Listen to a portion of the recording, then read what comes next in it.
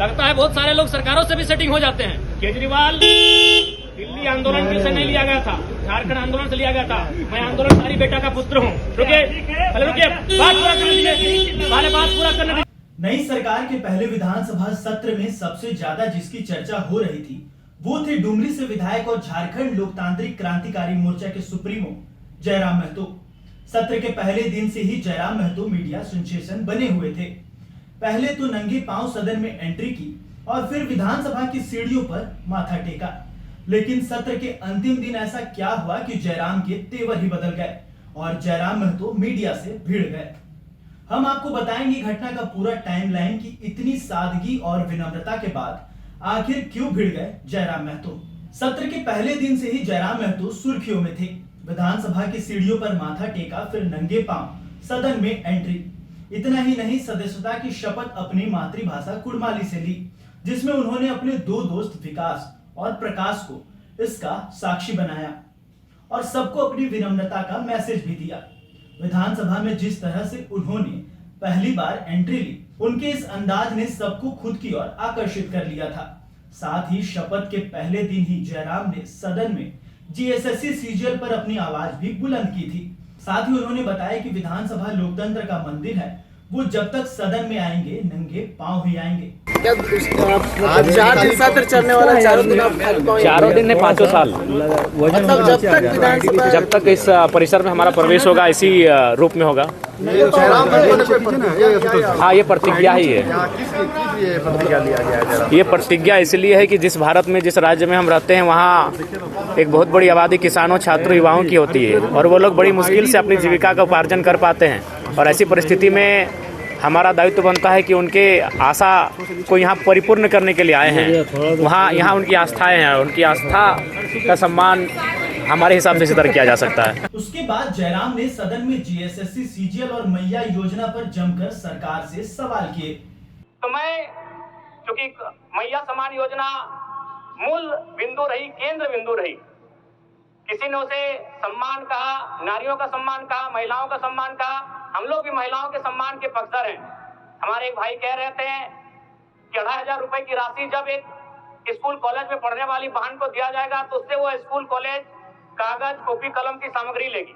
मैं कहना चाहूंगा, अगर आप उसे स्कूल कॉलेज जाने से पहले अगर 2,500 रुपए देंगे तो उसे आप निकम्मा और आलसी बनाएंगे। यदि आपको उस राशि को देना है तो उसके स्कूल कॉलेज जाने के बाद दीजिए, स्कॉलरशिप के रूप में दीजिए।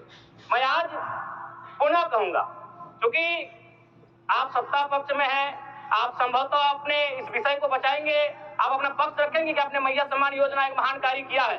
लेकिन मैं फिर कहूंगा, 18 साल, 25 साल, 30 साल की लड़कियों को जो आप फ्री में 2,500 रुपए दे रहे हैं, आप उनकी प्रतिभा को हनन कर रहे हैं, आप उनकी प्रतिभा को नकारात्मक दिशा में ले जाने कार्य कर रहे हैं महोदय। मैं इसे आप स्कॉलरशिप का रूप दीजिए। आपको 2,500 रुपए देना है, स्कूल से पहले देंगे ना। मैं कह रहा हूँ, मेरी भी सैकड़ों बहनें हैं गांव में। अगर आप स्कूल जाने से पहले 2,500 रुपए के हाथ में देंगे, उस पैसे को गलत कार्यों में, गलत नहीं कहेंगे, कुछ ऐसे कार्यों में खर्च करेंगी जो लुभावनी हो। स्कूल जाने के बाद, अटेंडेंस के बाद अगर आप देंगे स्कॉलरशिप के रूप में, तो वो बहन स्कूल तक जाएगी। दूसरा सवाल और एक महत्वपूर्ण विषय महोदय। एक मिनट माननीय सदस्यगण, सभा की सहमति हो तो सदन की कार्रवाई समाप्त होने तक समय बढ़ाई जाए। बोलिए, अब समाप्त करिए।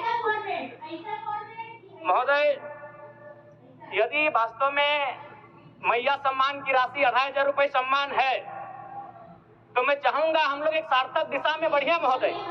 आज जितने भी माननीय हैं उनको बस की सुविधा दी जाए। जितने भी माननीय हैं अपने घर से ट्रेन की सुविधा से सदन आए। जितने भी माननीय हैं वो अपना टीए भत्ता का त्याग करे। जितने भी माननीय हैं ये जांच हो कि उनके बच्चे सरकारी स्कूलों में पढ़ते हैं या गैर सरकारी स्कूलों में पढ़ते हैं, निजी स्कूलों में पढ़ते हैं, इस विषय का भी जांच हो।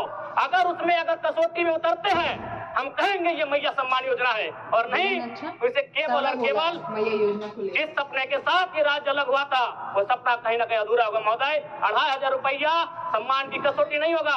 सम्मान तभी होता है जब समानता से आता है। समानता है तभी सम्मान है। अगर समानता नहीं है महोदय तो किस सम्मान की आप बात करते हैं महोदय? मैं पुनः कहना चाहूंगा महोदय, 30 सेकंड 45 सेकंड का समय चाहूंगा। आदरणीय परम श्रद्धेय, सीजीएल का मामला अभी भी गर्म है। यदि सरकार को लग रहा है वो सच्चे हैं तो सांस को आंच किया करा लीजिए जांच, सांस को आंच किया करा लीजिए जांच। और अब कब तक बहाना दीजिएगा कि ये विपक्ष की साजिश है?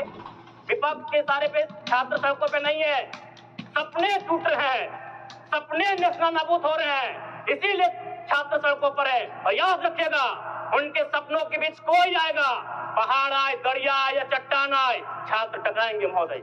मैं फिर कहूंगा यदि आप सच है तो सच को आंच किया कराइए जांच, सीजीएल की जांच हो। मैं पुनः कहूंगा खतियान आधारित स्थानीय नीति, विस्थापन नीति पुनः समीक्षा करते हुए लागू कैसे हो उस दिशा में राज्य बढ़ना चाहिए। वहीं सत्र के अंतिम दिन गुरुवार को जयराम महतो मीडिया से उलझ गए। सदन में सरकार के मैया सम्मान योजना का सवाल करने के बाद वो पत्रकारों के सवाल पर भड़क गए और उन पर चिल्लाना शुरू कर दिया। अरे भाई कहाँ कपिला दिखाइए, कहाँ कपिला दिखाइए, पीछे से खड़े होकर रिकॉर्ड करते हैं। ये देखिए भोकाल है, आप सदन में भोकाल मचाने आते हैं, ये सवाल जनता के सवाल पे उठाने आते हैं। आपको हमसे पर्सनल दुश्मनी है, ऐसा सवाल होता है? आपको सुनिए, एक लड़ाई होता है, आपसे कल भी रिश्ता था, आज भी रिश्ता रहेगा, आगे भी रिश्ता रहेगा, लेकिन आप आवेश में आके। चलिए अब आपको बताते हैं कि आखिर जयराम की बहस पत्रकारों से हुई तो आखिर क्यों, क्या हुआ कि बात इतनी बढ़ गई और जयराम महतो आग बबूला हो गए। दरअसल विधायकों को सरकारी सुविधा का त्याग करने की जयराम महतो के सलाह पर जब उनसे सवाल पूछा गया कि क्या आप इसका त्याग करेंगे, तो उन्होंने कहा बिल्कुल त्याग करेंगे। जयराम महतो जो कहता है वो करता है। हमने 1.5 साल पहले कहा था कि हमारी उपस्थिति सदन में होगी, हमने करके दिखाया है। तभी डुमरी विधायक से ये बोला गया कि कुछ इसी तरह की बात अरविंद केजरीवाल भी करते थे, तो इस बात पर जयराम महतो भड़क गए।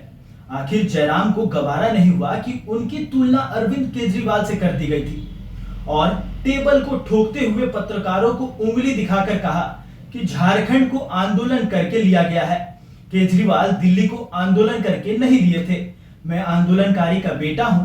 जिसके बाद मीडिया कर्मियों के साथ जयराम महतो की बहस शुरू हो गई। सच में बोल रहे हैं, आपको शक है क्या? ये सवाल कीजिए सरकारों से, मजा आएगा। लगता है बहुत सारे लोग सरकारों से भी सेटिंग हो जाते हैं। आगे महोदय केजरीवाल भी इसी तरह की भाषा बोलते हैं। केजरीवाल को दिल्ली में रहने दीजिए, ये झारखंड की मिट्टी है। केजरीवाल दिल्ली आंदोलन से नहीं लिया गया था, झारखंड आंदोलन से लिया गया था। मैं आंदोलनकारी बेटा का पुत्र हूँ। मेरी सुनिए राज्य, रुकिए अभी, रुकिए, अरे रुकिए ना, नहीं चिल्ला सकते, रुकिए, पहले रुकिए, बात पूरा करने दीजिए, पहले बात पूरा करने दीजिए, आप पहले बात पूरा करने दीजिए, आप बात पहले पूरा करने दीजिए, सिराज जी पहले बात पूरा करने दीजिए, आप भी माननीय है, रुकिए पहले बात पूरा करने दीजिए, बात अब पूरा करने दीजिए। जब मेरी बात पूरा हुई कहाँ घुसा रहे आप वैसे नहीं पहले बात सकते, आप यहाँ सदन के अंदर चिल्लाइए, यहाँ भी चिल्लाएंगे, आपको तकलीफ है, हम हमारा इंटरव्यू मत लीजिए। चलिए अपनी बात पूरा कीजिए ना। ऐसे भी चुनाव में नहीं लिए सुने